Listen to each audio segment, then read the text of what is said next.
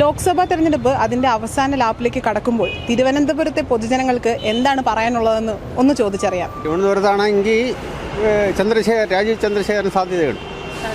അദ്ദേഹം വന്നു കഴിഞ്ഞാൽ കുറേ കാര്യങ്ങളൊക്കെ നടക്കും, ഒരുപാട് കാര്യങ്ങൾ ചെയ്യാൻ കഴിയും. കാരണം 15 വർഷം കൊണ്ട് ശശി തരൂർ കൊടുത്ത MP ആണല്ലോ.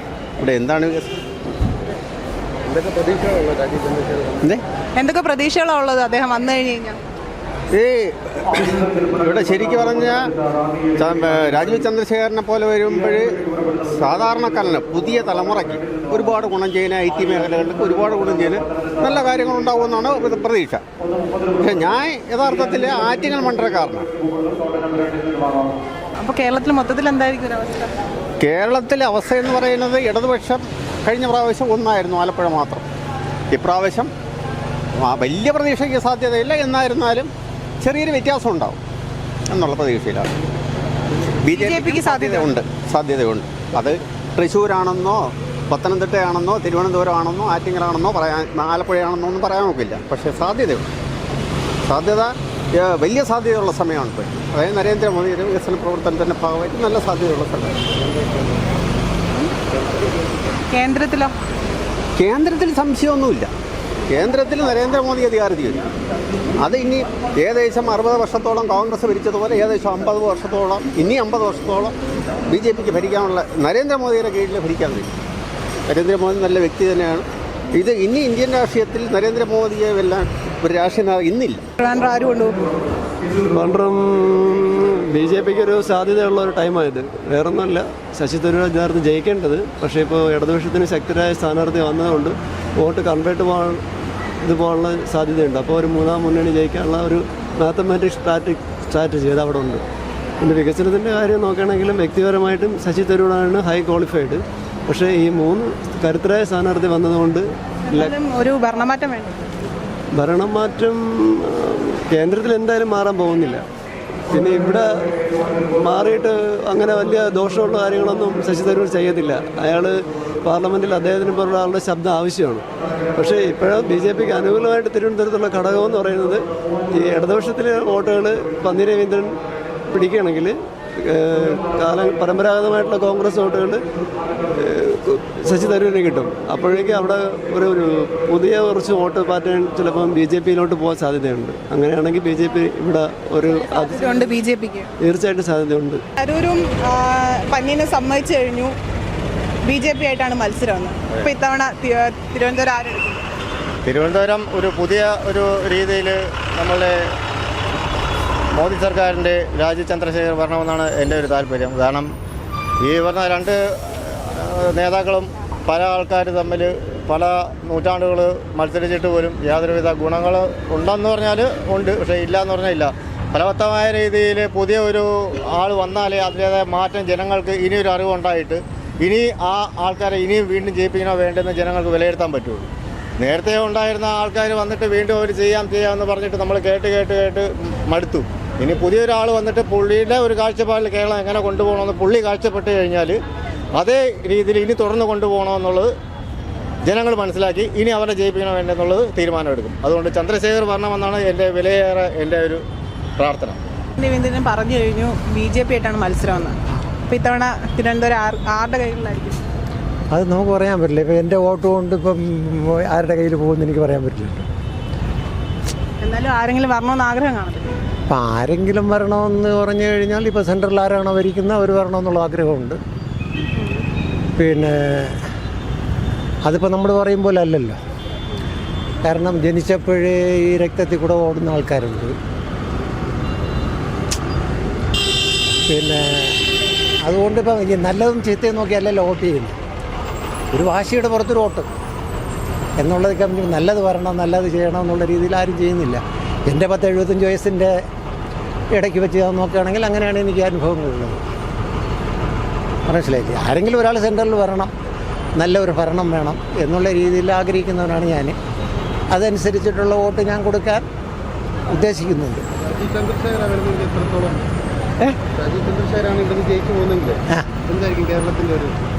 കേരളത്തിൻ്റെ സെൻറ്ററിൽ അവർ വരികയാണെങ്കിൽ ട്രിവാൻഡ്രത്ത് എന്തെങ്കിലും നടക്കും. അത് യാതൊരു സംശയമില്ലാത്ത കാര്യമാണ്. കാരണം ഇതുവരെ ഇപ്പോൾ 60-70 കൊല്ലം കൊണ്ട് ഭരിച്ചുകൊണ്ടിരിക്കുന്ന ആൾക്കാർ ഇവിടെ എന്ത് ചെയ്തു എന്ന് ചോദിച്ചാൽ ഒന്നും ചെയ്തില്ല, സീറോ എന്ന് പറയാനേ പറ്റുള്ളൂ. ബട്ട് ഇപ്പോൾ ഇദ്ദേഹം ജയിച്ചു എന്ന് കണ്ടു കഴിഞ്ഞാൽ ഇപ്പോൾ ഇദ്ദേഹം മാത്രം ജയിച്ചിട്ട് കാര്യമില്ല, സെൻട്രലിനും കൂടെ അദ്ദേഹം ഇവരുടെ സപ്പോർട്ടുള്ള ഒരു മന്ത്രി വന്നെങ്കിൽ മാത്രമേ, ഒരു മന്ത്രിസഭ വന്നെങ്കിൽ മാത്രമേ അതുകൊണ്ട് പ്രയോജനമുള്ളൂ. അപ്പം അങ്ങനെ വരികയാണെങ്കിൽ ട്രിവാൻഡ്രത്ത് നിങ്ങൾ നടക്കും, ഇവർ പറയുന്നത് ഒരു കാര്യം നടക്കുമെന്നുള്ളത് നമ്മുടെ ഒരു പ്രതീക്ഷ എന്നുള്ളതേ ഉള്ളൂ. ശശി തരൂർ ജയിക്കും. വൻപിച്ച ഭൂരിപക്ഷത്തോട് ശശി തരൂർ ജയിക്കും. കാരണം ഇന്നത്തെ കേന്ദ്രത്തിൻ്റെതായ ആ നിലപാട് ജനങ്ങളാകെ പുറന്നുമുട്ടിയിരിക്കുകയാണ്. അപ്പോൾ അത്തരമൊരു സാഹചര്യത്തിൽ വീണ്ടും ശശി തരൂർ വന്നാലേ കാര്യങ്ങൾ മുമ്പോട്ട് പോകും. ഇവിടെ തിരുവനന്തപുരത്തും കാര്യങ്ങൾ നടക്കുള്ളൂ. പിന്നെ ഇന്ത്യ മുന്നണി വരും എന്നുള്ളതിന് യാതൊരു സംശയമില്ല. ഇവിടെ എല്ലാം ഇപ്പോൾ പിന്നെ എല്ലാ മണൽത്തരികൾക്കും അറിയാം ഇന്നത്തെ നിലവാരവും കാര്യങ്ങളും. അതുകൊണ്ട് ഇന്ത്യ മുന്നണി തന്നെ അധികാരത്തിൽ വരും. ഇവിടെ ശശി തരൂർ വൻപിച്ച ഭൂരിപക്ഷത്തിൽ ചെയ്യും. ഏത് ആ അല്ല, എല്ലാ മേഖലകളിലും നല്ല പോളിംഗ് ഉണ്ടാവും. കഴിഞ്ഞ വർഷത്തെ അതേ ഭൂരിപക്ഷം കുറഞ്ഞത് കിട്ടുമെന്നുള്ളതാണ് ഇന്ന് ജനങ്ങളുടേതായ ചിന്തയിലുള്ളത്. ഏത് സാർ, ഇന്ത്യ മുന്നണി വരട്ട്, പ്രധാനമന്ത്രി ആരെന്നുള്ളതല്ല, ഇന്ത്യ മുന്നണി വരണം. വന്നാലേ അത് രാഹുൽ ഗാന്ധി വരും. രാഹുൽ ഗാന്ധി വരുന്നതിനോടാണ് ജനങ്ങൾക്ക് ആഗ്രഹം. ഇന്ത്യ മുന്നണി വരുമ്പോൾ രാഹുൽ ഗാന്ധി വരണം. തരൂരും പന്നീനൊക്കെ സമ്മതിച്ചു കഴിഞ്ഞു. BJP ആയിട്ടാണ് മത്സരമെന്ന്. ആര് ജയിക്കും? മിക്കവാറും കോൺഗ്രസ് ജയിക്കും. കാരണം എന്തുകൊണ്ട്? കാരണം കൊണ്ട് നല്ല നമ്മൾ 15 വർഷമായിട്ട് ഇവിടെ നിന്നിട്ട് ഒന്നും ചെയ്തിട്ടില്ല എന്ന് പറയുന്നത്, എന്നിട്ടും കോൺഗ്രസ് ജയിക്കുമെന്ന് പറയുന്നതിൽ എന്തർത്ഥമുള്ളത്? കോൺഗ്രസ് ജയിക്കുമെന്ന് പറയാം. എല്ലാത്തിനും ഒരു സ്വാതന്ത്ര്യമൊക്കെ ഉള്ളതാണ് കോൺഗ്രസ്സിന്. എല്ലാത്തിനും ഒരു സ്വാതന്ത്ര്യമൊക്കെ ഉണ്ട്. ഇലക്ഷനൊക്കെ അല്ലേ, തിരുവനന്തപുരത്തിന്റെ അവസ്ഥ എന്താണ്? തിരുവനന്തപുരത്ത് ഇവിടെ ശശി തരൂർ ജയിക്കും. മാറ്റമില്ല, ഒരു മാറ്റമില്ല. നല്ലൊരു മാറ്റം വരണ്ടേ? 15 കൊല്ലമായിട്ട് അദ്ദേഹം ഭരിക്കുന്നു. 15 വർഷമൊന്നുമില്ല. അങ്ങേര് വന്നാൽ ഇവിടെ നിൽക്കുന്നതിൽ അറിവുള്ള മനുഷ്യൻ അങ്ങേര് മാത്രമേ ഉള്ളൂ.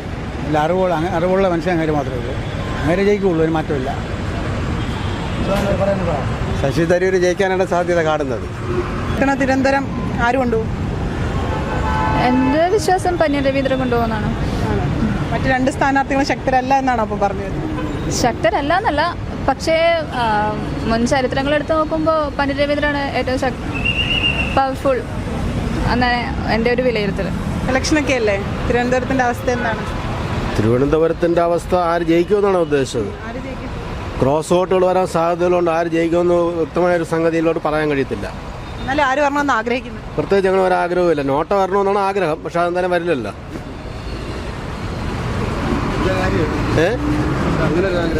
ഞാൻ എല്ലാ രാഷ്ട്രീയക്കാർക്കും എതിരാണ്. നിഷ്പക്ഷമാണ്, അതുകൊണ്ടാണ് നോട്ടാന്ന് പറഞ്ഞത്. ശശി തരൂരും പന്നീനും സമ്മതിച്ചു കഴിഞ്ഞു BJP ആയിട്ടാണ് മത്സരം. അപ്പോൾ ഇത്തവണ തിരുവനന്തപുരം ആര് കൊണ്ടുപോകും? ശശി തരൂർ, യാതൊരു സംശയമില്ല. ശശി തരൂരിനെ ജനങ്ങൾ മനസ്സിലാക്കി. അത് ആൾക്കാർ മനസ്സിലാക്കിയ ഒരാളും ആയതുകൊണ്ട് ശശി തരൂർ തന്നെ ജയിക്കും, ഉറപ്പാണ്. മനസ്സിൽ കൊടുക്കണമെന്ന് ആഗ്രഹിച്ചിട്ടുണ്ടാവുമല്ലോ. ഇല്ല, ഇത്തവണ ആർക്ക് വോട്ട് കൊടുക്കും? ആർക്കും തീരുമാനിച്ചിട്ടില്ല. ആരും അത്ര പെർഫെക്റ്റ് ഒന്നും അല്ലല്ലോ, അപ്പോൾ പിന്നെ കൊടുക്കാനും തീരുമാനിച്ചിട്ടില്ല. അത് ട്രിവാൻഡ്രത്തെ ട്രെൻഡ് ഒരു മാറ്റം വരണമെന്നാണ്. അപ്പം എല്ലാവരും അത് പ്രതീക്ഷിക്കുന്നുണ്ടെന്ന് ഒരു വിശ്വാസമുണ്ട്. എല്ലാവരും മാറ്റം വരണമെങ്കിൽ ആ മാറ്റം കൊണ്ടുവരാൻ ഒരാൾ വേണ്ടേ? ആ, അതാരായിരിക്കണമെന്നാണ്? അങ്ങനെ എനിക്കായിട്ടൊരു ഓപ്ഷൻ ഇല്ല. കാരണം എന്ന് വെച്ചാൽ എല്ലാവരും വന്നാലും ഇതൊക്കെ തന്നെ നടക്കാൻ പോണു, ഇത് തന്നെ നടക്കുകയും ചെയ്യും എന്ന് തന്നെയാണ്. അതുകൊണ്ട് അങ്ങനെ ഒരിതില്ല, ചോയ്സ് ഇല്ല. ഇത്തവണത്തെ ഇലക്ഷനിൽ ആര് ജയിക്കും? അവിടെ തിരുവനന്തപുരം മണ്ഡലമാണ്. തിരുവനന്തപുരം പന്ന്യൻ രവീന്ദ്രൻ സാധാരണക്കാരനായിട്ടുള്ള എന്നും ജനങ്ങളുടെ കൂടെ നിൽക്കുന്ന ഒരു നേതാവ് എന്നുള്ള നിലയ്ക്ക് പന്ന്യൻ രവീന്ദ്രന് പ്രത്യേക ഇമേജ് ഉണ്ട്. അതുപോലെ തന്നെ ഒരു കറകളഞ്ഞ രാഷ്ട്രീയക്കാരൻ, അതായത് പതിറ്റാണ്ടുകളായിട്ട് രാഷ്ട്രീയ രംഗത്ത് നിൽക്കുന്നൊരു വ്യക്തിയാണ്. എന്നിട്ട് പോലും എടുത്തു പറയത്തക്ക അനാവശ്യമായ സമ്പാദ്യങ്ങളോ ഏതെങ്കിലും രീതിയിൽ ഒരു അഴിമതിയുടെ പേരിലൊന്നും അദ്ദേഹത്തെ ഇതുവരെ ആരും കണ്ടിട്ടില്ല. അതുകൊണ്ട് തന്നെ സാധാരണക്കാരുടെ പ്രതിനിധിയായിട്ട് അദ്ദേഹം തീർച്ചയായിട്ടും പാർലമെൻറ്റിലേക്ക് ജയിക്കും, ഉറപ്പാണ്. ഇത്തവണത്തെ ഇലക്ഷനിൽ ആര് ജയിക്കും? ശശി തരൂർ. ശശി തരൂർ നല്ല പ്രവർത്തനമായിരുന്നു കാഴ്ചവെച്ചിട്ടുണ്ടെന്ന്. പിന്നെ ഒരു നല്ലൊരു വ്യക്തിയാണ് പുള്ളി, ജയിക്കേണ്ട വ്യക്തിയാണ് പുള്ളി, കഴിവുള്ള വ്യക്തിയാണെന്നാണ് ഞങ്ങൾ വിശ്വസിക്കുന്നത്.